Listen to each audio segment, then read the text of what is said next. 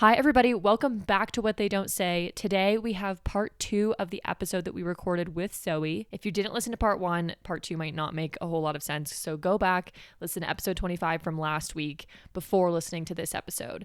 Now, we left off with Zoe talking about how her experiences with sexual assault and molestation have impacted her ability to receive oral sex, which, considering she's a queer woman and does have sex with women, that can cause some obstacles and challenges in the bedroom. She also discussed, what it looks like to reclaim certain pieces of your assault versus accept, and how you can reclaim certain pieces and there's other areas after being assaulted that you might just have to accept.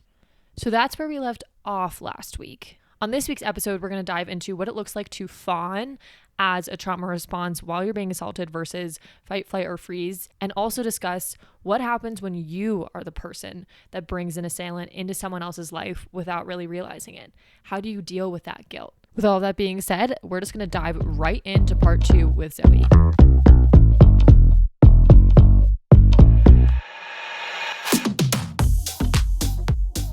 I realized we didn't really get to this fawn piece of things. Yeah. So this is something that Zoe had introduced me to last week. My therapist introduced it. Right, but your therapist introduced it to you. You introduced it to me. Pop off, non-binary queen. We are always talking about fight, flight, freeze. As trauma responses, you run away from the situation, you freeze in that situation, you don't know what to do, so you just are still, you fight back. But Zoe introduced me to this concept of fawning. You're going to do a lot better of a job explaining this to everyone than I am, but this was really big. I don't necessarily know if I've fawned in my life, but I think a lot of people are going to. I have. Let me tell you about it. I have. Yeah, tell us about fawning. What does it mean? My first assault, I did freeze.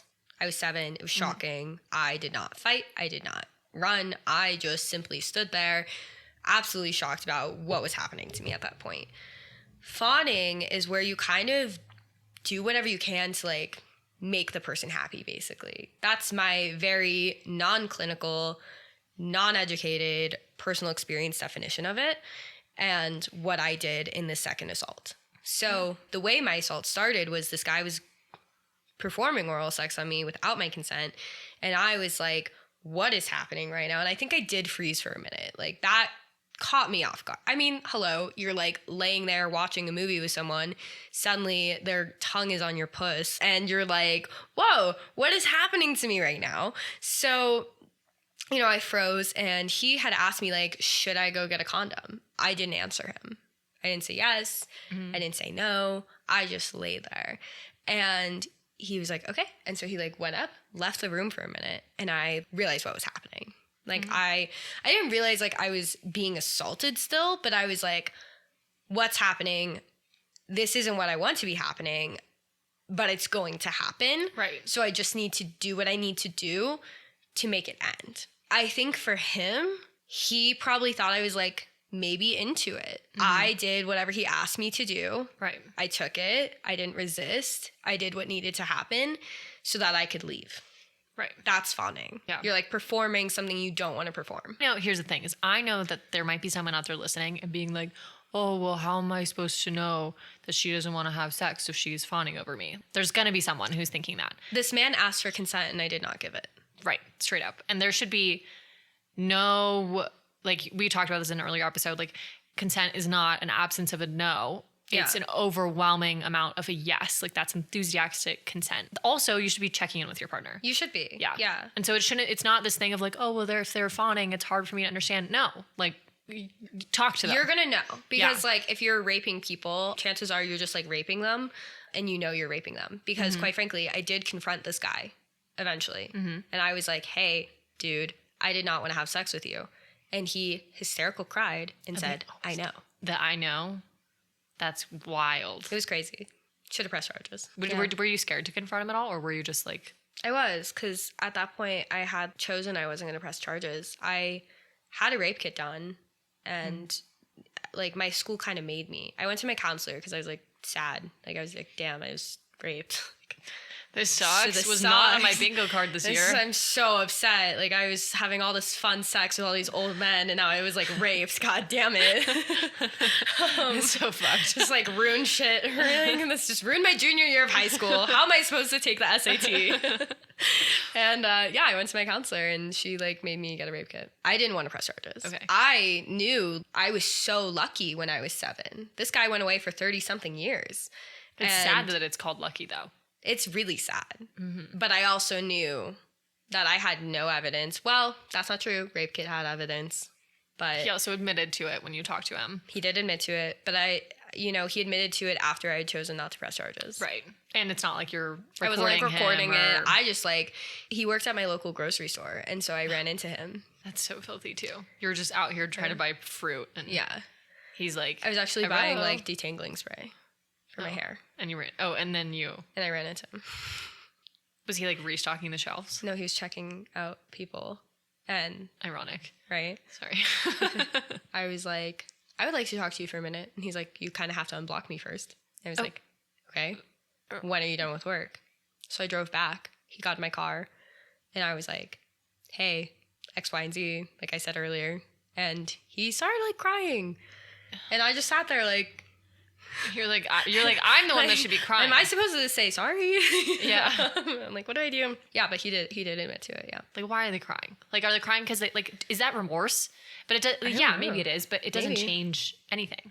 I don't know. Then he went and dated my friend, so like, My God. I know. High school was wild, guys. That's so fucked. I feel like everyone like just had a horrible experience in high school. If Yeah. you didn't, like, you're not doing well now. But Yeah. sorry, maybe you are. I know very few people who had really great high school experiences. Like traditionally, it's either friend problems, you're raped, molested, whatever. And also not to mention that everyone is going through puberty all at the same time. Right. We're all growing hair in places we didn't expect to grow Right. hair. And everyone's horny, Everyone's horny. period. But you ended up dating somebody. So I did. So, we've covered a lot of ground in this. Zoe's a fascinating person, but you dated somebody. I did for like a long time. You had gone through this experience, right? You had like been really interested in all these older guys. Yeah. Kind of going that whole route. Right. But then you ended up being with someone who was your own age. Who was my own age, who was like actually like a really cool person at my high school. And I was like, whoa, this cool, attractive guy who's like interesting and like in like advanced classes likes me. That was really cool to me. It felt so normal. Right. Which like, what is normal? I felt like I had just like such a screwed up history of like dating and sex and this like very vanilla normal person who was my age liked me for who I was. And that was a really big deal to me. It was beyond refreshing. And also because you probably actually liked him. I And did. this was the first person who you were vulnerable with. Yeah. It wasn't some older guy that you weren't interested in. Yeah. It was someone that you not only admired, but you were attracted to like genuinely. Yeah. And like we had fun. Like he would, he wasn't just like, oh, let's go get like McDonald's and like hang out at my apartment. Like he was like, let's go like take swing dancing lessons and let's go get dinner and let me cook for you and like come meet my parents and let's go hiking. And it was a big deal for me at the time. I was 17. This was a really big moment in my life. I think everyone was like excited because he was cute. Horrible person. Can we give him a pseudonym? Yeah, let's call him Oliver. So people were overall happy that you were dating Oliver. Yeah. And you were happy also because, frankly, who the fuck in high school is doing things like going to swing dance lessons and doing like, No one's boyfriend's doing that. No one's doing that. No. Like, barely in college, I found like 2 people that wanted to do cool shit like that in college. same. So you're dating Oliver. Yeah. We like Oliver. We're happy with Oliver. You're were. doing your swing dancing lessons. You're probably having sex. Sex is great. Sex was fantastic. And it Right. was the first time like I felt so comfortable with sex. My therapist at the time, because I needed therapy at that point. Actually, I think everyone needs therapy, no matter what point you're at. But PSA, I like go to therapy. really needed therapy at that point. So my therapist suggested to me at that time to like kind of play with like what is safe sex? Like have sex with this person and tell them to like stop. Even if you don't want to stop, just like see what happens when someone respects that and gains some like power back. I love Reclamation, right? Like what can you reclaim? Saying stop and someone respecting that is a really big deal. I love that piece of advice. Like was I great. remember you had told this to me several years ago. Yeah, you were like, if you are feeling it's not even unsafe, but if you're someone who's had an experience where either you said to stop and they didn't stop, or you were clearly uncomfortable and they didn't stop, or you just Yeah. froze and they didn't stop. Or if you're someone who fawns and you don't know how to set your own boundaries, just say stop in the middle of a safe, or in any sexual experience. In any sexual experience. I mean, like, of course, you should always, like, consent. But, like, you know, like, if you're someone who's, like, trying to work through trauma and you're having sex and it's good sex and you trust the person, you trust them to stop and respect that, there's so much power in having someone respect that for the first time when you haven't had that respected in a long time. Or just there's been times you haven't had it respected. It's really nice to, like, play with. Like, prove to yourself, like, your words mean something. And your words when you say mean stop, something, they stop. Yeah. And the world isn't, like, all evil and out to get you, and, like, not every single person is going to rape you. So, yeah, I mean, this was, like, my first safe person and really, like, first serious relationship for me that was, like, truly serious. Like, I was going to his place for Thanksgiving and Christmas, and, his parents loved me, and it was a really beautiful thing for me. But as we started, like, dating longer, we started having relationship problems that were very bad, and I see that now, but this was the guy who made me feel safe. This was the guy who made me feel appreciated, and he loved me. And so, it was really hard for me to recognize patterns of, like, this very unhealthy stuff. He made a lot of girls really uncomfortable. He gives these, like, really intense hugs.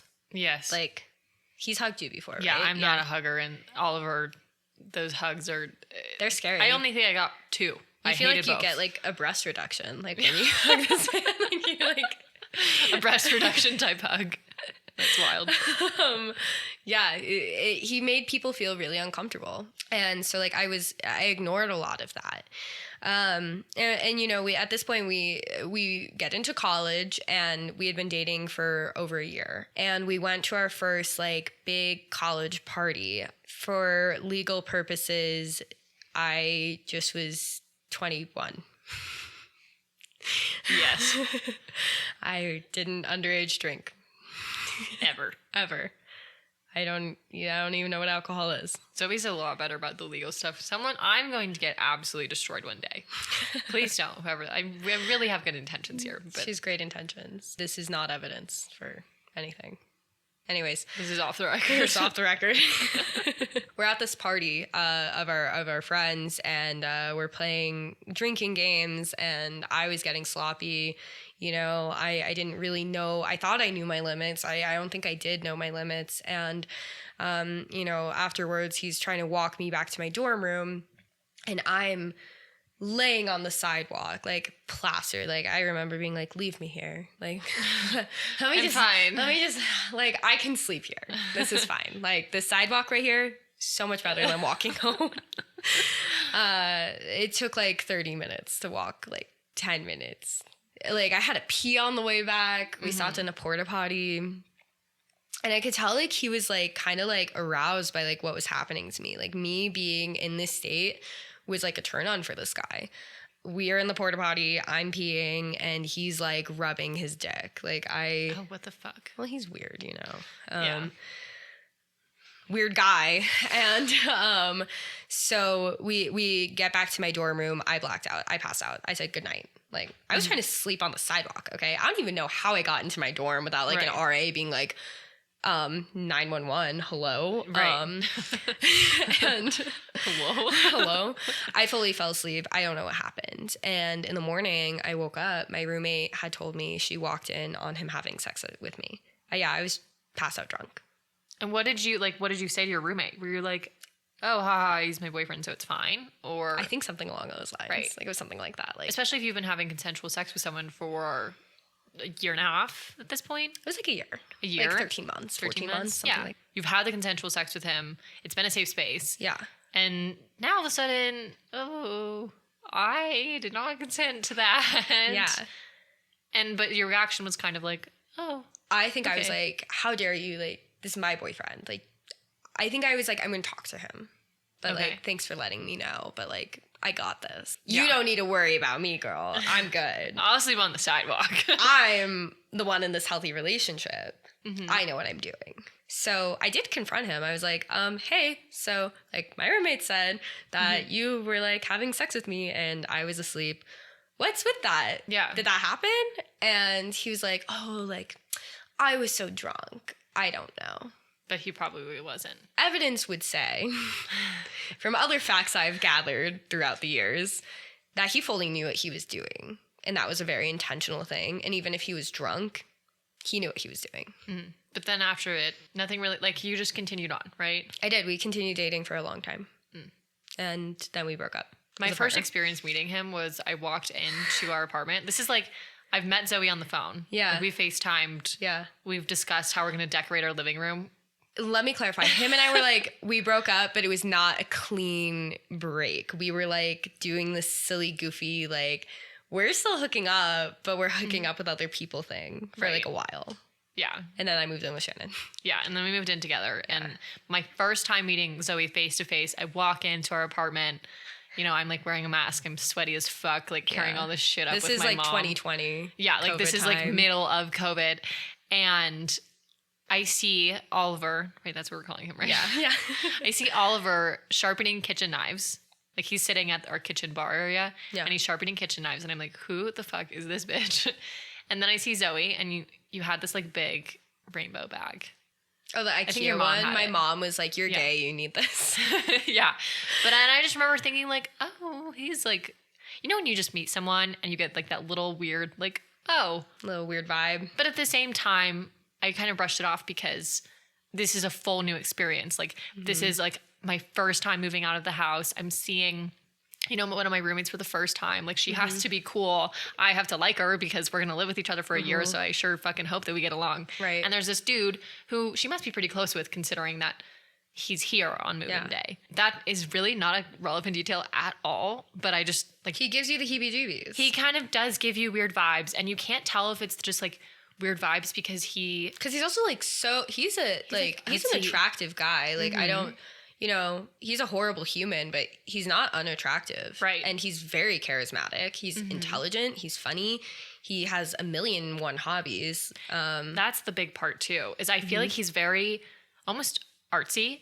Very like, artsy. so that kind of weird vibe that I got from him, I just thought, okay, it feels weird, but I think it's just because he's like artsy and has these like interests. And he has an indie band now, for anyone wondering. Also, if you want to boycott it, let me know. Okay, we're getting way in the weeds. Anyways, back to this. So your boyfriend assaults you. Then but you're kind of like, you know, yeah, it's everything. That was like, what? That was weird. And then you and Oliver break up, but you're still kind of hooking up. You're doing that like thing where you're moving on, but you're not. And then we like did have a clean break. He got a girlfriend, and we became really close friends. It's like we were actually homies. I had a boyfriend at that point, but it was platonic. It was pretty platonic. But then again, something happens. So Shannon was gone. Shannon used to like abandon me. No, I'm sorry. No, she just like, I think we all have very, like, my parents got divorced right before I went to college. And so like, I didn't really like have a place to go for the holidays. So I would just hang out in our apartment by myself. That's so sad. I had a great time. I'd walk around naked. I would make art. Make a cocktail. I'd make a cocktail. I would like watch movies, sit on the floor, do weird yoga. I was so weird back then. Like, you were definitely naked too. Like, that just I makes was things always weird. naked. No, our like neighbor like texted Shannon one time and was like, "Can you tell your roommate to shut her blinds?" Yes. Oh my God, I forgot about that. I can't. So he's just like, I'm just want to be a part of nudist society. I don't even own curtains in my current apartment. I'm just like, welcome, New York. I hope you like this. Here are my titties. Yeah, hope you enjoy. Free show. Cheers. Please don't take a picture. Yeah, actually. But anyways, so I was alone in our apartment and I was hanging out with Oliver. And, both of us were dating people at this time. He actually was going through a breakup with that girl. They broke up. And he, was like really leeching on to me for that. He was crying and was sad. And I was his friend. And I would think I was his closest friend. And so he would spend a lot of time with me. And this one day we were about to go hang out with his pal. We were all friends and we were going to hang out, and beforehand, I was like, this is late. I'm a grandma. I need to take a nap if we're going to, like, go out at, like, 11 p.m. I'm going to go, like, quickly take a nap. You can hang out on the couch here, and I'll see you in, like, an hour, Yeah. I fell asleep and woke up to this man having sex with me, which I caught myself starting to fawn again. There was a second where I was, like, I said to him, like, okay, just finish, I think is what I said. Right. And then I caught myself saying that. And I said, get off of me. Leave my apartment. I'm never, ever telling a man to do that ever again. And he knew about my assault from high school. He knew about my assault from when I was 7. He knew about all this stuff. And so I was so angry at him for like making me fawn. Like, I not that he made me, but like I did that. But, you know, I was like, get off of me, get out. I'm never, ever saying anything like this to a man again. That's so good that you were able to catch yourself. He still was able to assault you. Yeah. But that you were actively able to notice the trauma response. Yeah. And shift it. Yeah. And, oh God, this like makes me feel so gross for so many reasons. Ugh. I just have that feeling. I know. It is never okay to assault anybody. But for some reason, when I hear like, yeah, this person, I really entrusted so much of like my information and like I gave them so much vulnerability and this was the first person that I felt safe with or I trusted or the first person that you trusted in a big way, right? Mm-hmm. And then when they break that, it's just so astronomical. Yeah. And especially someone who not only did you share all of that with them, but you're a person who's just been hurt. Yeah. Like you're not a person who's had a perfect life growing up. No. And not to say that those people who have perfect lives deserve to be hurt. No. But you're someone who's been beaten down, you've been broken. Right. There's been so many people who've taken advantage of you. Right. And then this one person who's supposed to not, and they do it too. It's hard. It sucks. It's a different kind of hurt. And he felt bad for what he did. You think, and he knew what he did. He knew what he did then. And he bought me flowers. He wrote me a long letter about all these books he was going to read to like educate himself. And after the fact, like How to Not Rape 101, something like that. Which also like, who wrote that book? This is where like being someone who's been abused a lot, you will take whatever ounce of apology you can get. At least in my experience, you know, him saying, I'm so sorry, I did this, you're right. And I'm going to change who I am as a person, you didn't deserve that, was a really big deal to me. And I felt like he actually wanted to, quote unquote, educate himself on, how not to rape 101. Also, who's writing like these books? Like, yeah, what? That's not an actual book, by the way. I'm making up titles here.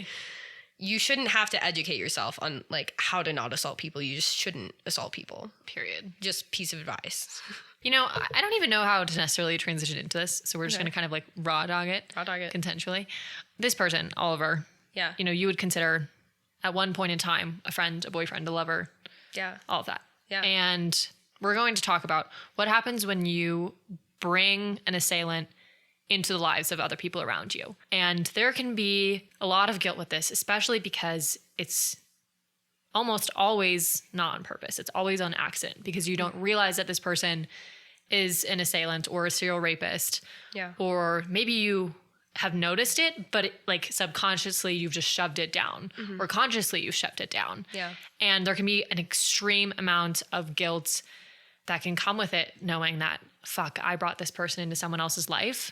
This person hurt that other person, but I was the one who put them there to start with. So we're now like 8 months after this like last assault, and you know, we'd continued to be great friends and really strictly friends. Like I had that boyfriend, and I think it put a bad taste in my mouth, like him doing that kind of stuff to me and assaulting me. And, you know, I think our friendship was kind of beginning to fall apart a little bit at that point too. And I had moved out of our apartment, which honestly, sad day. Sucked. Should have just stayed living together. But I moved into this house with a bunch of girls, and I simultaneously was broken up with by this boyfriend who, he was a good guy. He was very nice. Right? He was so good. He was so nice. Just like, hashtag wish that man the best, honestly. Yeah. Like, showed me how to be treated. So, thanks. He told me to raise my standards. Anyways, so I was going through a breakup. I was moving, and Oliver, was in this transition with moving too. And he had this weird, like, in between with his lease. And he was like, hey, can I crash at your place for a few days? Just like, while I'll be there for you while you're going through this. We can hang out and vibe, I guess. And I was like, sure, great. So he was staying with me we were sharing a bed, but it wasn't like, this is like if Shannon and I shared a bed, and Shannon and I don't touch each other. No, we don't. We don't hug. We don't. Like today, I saw Shannon for the first time in like 7 months, and we were like, hey, no touch. Right. and it was the same thing. Like we were in a bed. We were not touching each other. It was so platonic. And we were like watching a movie one night, and he was like, I'll be right back. And he left my room, and he took a really long time to come back. And I was like, this man's taking a shit. Right. What else would he be doing? What else would any man be doing ever besides taking shits? If they're taking a long time. What else would they do? Literally nothing. It's only pooping. Only pooping, nothing else. And so I didn't think anything of it, you know. A few days later, I went on a cute road trip with my friend, you know, to cope with my breakup and like all this stuff. And I come home. My roommates share with me that he had been living at my house without me there. And he was not supposed to be doing that. Mm-hmm. He was allowed to be there while I was there. He was not supposed to be there when you were not when there. I was not there. I did not know he was staying in my bedroom at my house without my consent or knowledge. I was kind of pissed because, as you should be, what the hell? Why was he at my place? Mm-hmm. And I go into work, and he got a job where I was working while I was gone. Like fully got a job where I worked. And I was so mad at him that I just like didn't talk to him the whole time. I think he was bothered by that. Anyways, a couple days later, my roommate came to my room and she's like, hey, I need to talk to you about something. And she basically told me that that night when I thought he was taking a shit, he had gone into her room and he had assaulted her after she'd been drinking. And she was drunk in her room and he came in and assaulted her. And again, while I was gone, he was staying in my bedroom. She like walked in there one time to feed my cat for me. And he was like masturbating on my bed, like knew she was coming in to feed the cat, purposely was doing that, and like continued to like assault her for like a few days. And so at this point, I realized like how much abuse I had endured from this man and how I never caught it. And now I'm hearing someone else speak about it. And I'm like, whoa, so many of these things he did to you, he has done to me. And I brought him into our house. Mm-hmm. I brought him into your life. I introduced you to him. He would not have been in this house if it wasn't for me. You would not have been assaulted had I not said, yeah, you can stay at my house. And even like if he stayed there without my consent, he was still in the house. He had the door code. He stayed with me that one night. And so I felt a tremendous amount of guilt. I was sick to my stomach for weeks, like actually dry heaving. I would miss class. I remember sitting in a field one day, like trying to just get my shit together to go to class, and I couldn't do it. Because you felt so guilty? I felt so guilty. I felt so alone. I just lost my best friend. You know, it was genuinely the hardest thing I've ever gone through in my life, and am still processing. You know, I think it's probably one of the things I talk about the most in therapy. I miss my best friend every day. There, you know, when I got into law school, I wanted to call him. Mm-hmm. When I, you know, learned how to drive stick, I wanted to call him. When I find new music, I know he would like it. And there's so many moments in my life that I want to share with him still, because he was my best friend, and he's a really disgusting and horrible person, but I miss him a lot. And so I was grieving my best friend. I was feeling this guilt of what he had done to someone else. And I was also then processing what he had done to me, because I realized what he had done to me in that moment. Right. Yeah. You miss your best friend, but your best friend's also a rapist. So complicated. So complicated. But you stopped being friends with him at that time. I did. Now it's done. I completely stopped being friends with him. And from this perspective, like, you're able to say it was really fucking hard. Yeah. Like, that was so hard for you. Yeah. But you did it, and you did it because it's not tolerated, right? It's not tolerated. It doesn't matter who your friend is. If you know someone who's actively assaulting people, harassing people, saying things that aren't okay to people, you should stop talking to them. Yeah. Because that person kind of reflects who you are and what you're okay with. And I'm not okay with my friends assaulting people personally. Right. So, yeah, I stopped talking to him. Like, was there any part of you where you thought, maybe I can still have Oliver in my life? At the time, no. It wasn't even like a question in my head. Okay. now I miss him still. Like, I think it's harder now than it was in that moment. Like, it wasn't even a question in my head of like, oh, I should like, you know, completely like cut this guy out of my life. But like, and it's not that I want to bring him back. I just, I miss him. I still miss him. Right. Because he was there. He was the person that was there for you for so long. Like, it's okay to miss the person that assaulted you. It is. You know, my therapist always says, thanks, therapist. Our abusers are not one-dimensional people. And they can be really nice and they can be fun. And you can make plans to move to New York with them and then move to New York and then be sad that they're not there with you. Like, when I think about rapists, a lot of the time, or abusers, I just think, oh, like, horrible people, bad, manipulative.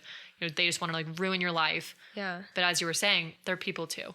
And it's not to justify any of their actions, but it's just that there were times where he was genuine and genuinely loving you and genuinely showing you care. Yeah.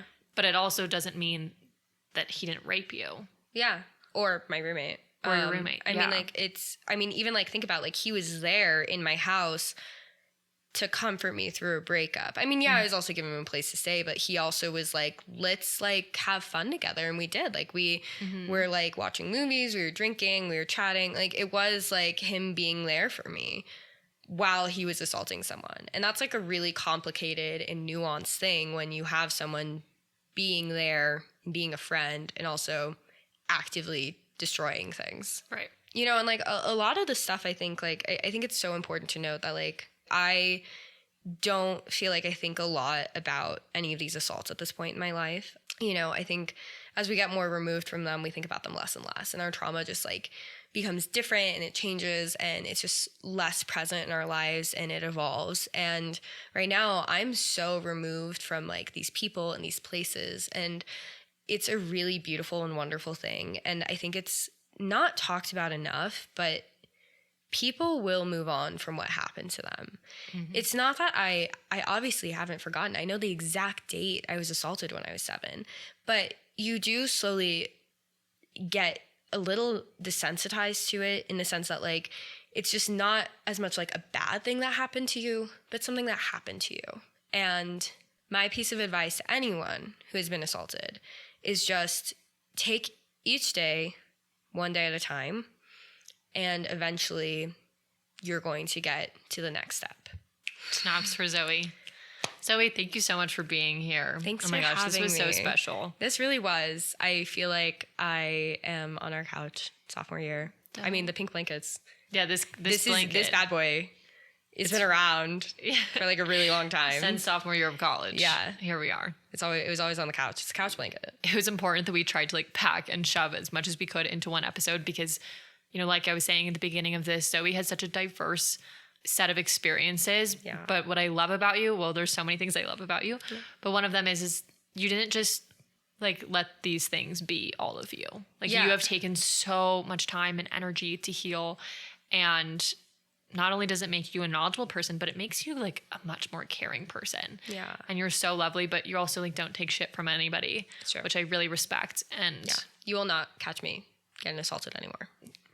Watch out, world. Yes, hopefully. Rare. No, she will bark at you. I will. Yeah, so if you guys like today's episode, let us know. Send us an email if you want to see Zoe back on the pod. You know, she has a lot to offer when it comes to talking about law school, and she has a lot of knowledge about many things that I don't understand at all. I don't really understand them either. I just pretend. But she has more knowledge. The point is if you want to have her back on, let us know. Send us an email at whattheydon'tsay@gmail.com. Follow us on Instagram, What They Don't Say Official, or TikTok. All of that will be linked in the description below. We love you guys so much. Thank you to Zoe so much for being here. Thank you for having me. You're fucking me. awesome. And I hope you guys appreciated this episode as much as I did because this was special. It was therapy. Well, we'll catch you guys on the flip side, and cheers. Cheers.